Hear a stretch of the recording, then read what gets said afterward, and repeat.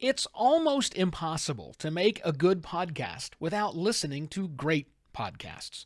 But it probably takes more than listening to go from good to great. The secret is learning those not hidden secrets.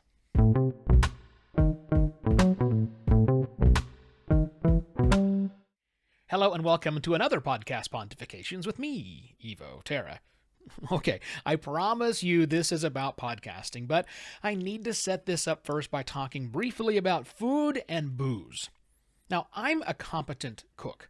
No one's going to confuse me for a trained chef or even offer me a job as a line cook somewhere, but the kitchen is my domain in my household. And I'm a competent cocktail maker. My repertoire isn't expansive, and I don't have an enviable liquor collection, but I'm a passable drink slinger when a few guests are over. Now, I'm good at both of those things, but I'm not great. And maybe that describes you as a podcaster. Good enough to make a podcast episode that is good enough for your audience to keep listening to you, but look, it's not great. Perhaps there are certain things about your podcast aren't as good as they can be, and you want to do better. That describes how I was feeling about my eggplant parmesan and my Manhattan. Yeah, I know, it's back to food and booze already. But let me tell you how I recently up-leveled my skills on both of those, and I'll relate it back to podcasting to help you. Now look, I really like eggplant parmesan. If I'm feeling meatless, which often I am living with a veggie wife, I'll order it at a restaurant, and I'm rarely disappointed, except when I try to make it at home. Then, I'm always disappointed. Not that it's inedible, just that it fails to taste as good as what I get in just about any restaurant. And I really like Manhattan cocktails. I'm pretty picky about my Manhattans, and I'll only order them if the bar feels like a place that might make a solid Manhattan. But for years, I've been disappointed at the ones I make at home. Again, they were drinkable, just not craveable, if you know what I mean.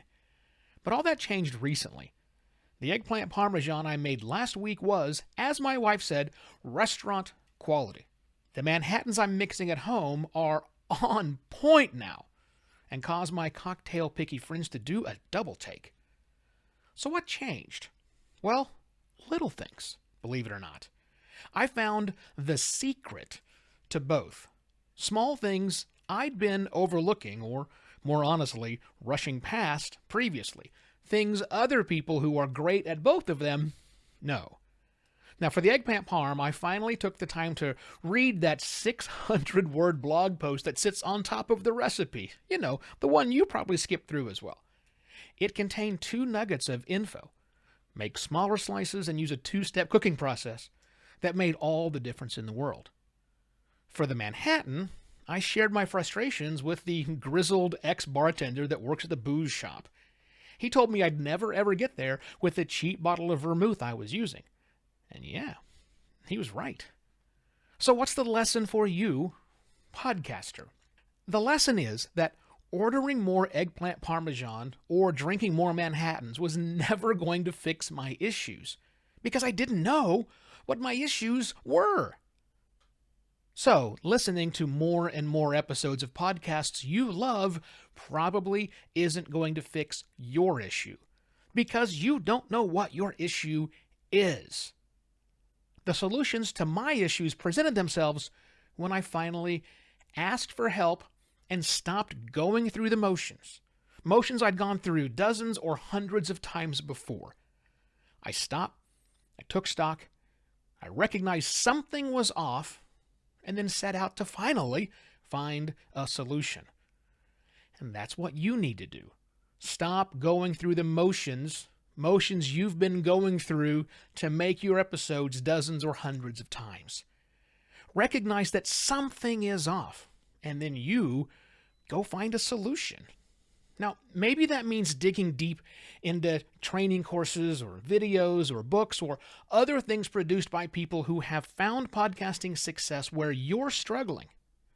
Maybe that means seeking out advice from people who've really mastered their craft. But adjust your sights properly.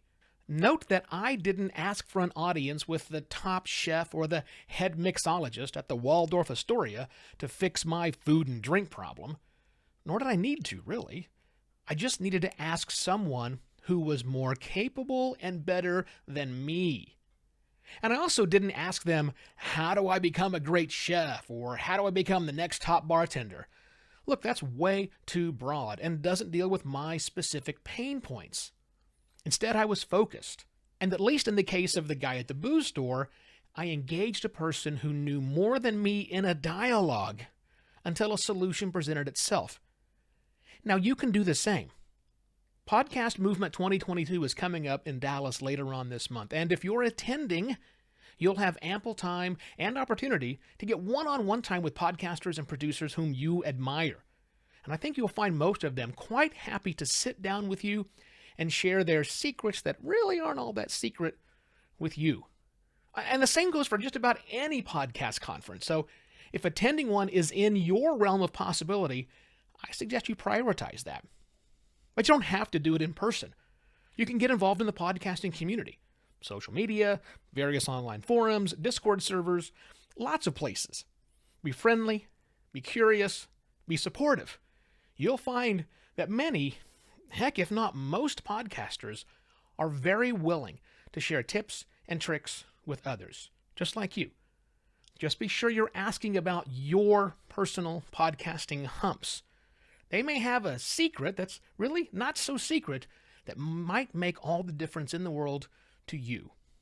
And if you see me at Podcast Movement 2022, please come over and say hello. With that, I shall be back next week with yet another podcast, Pontifications. Cheers!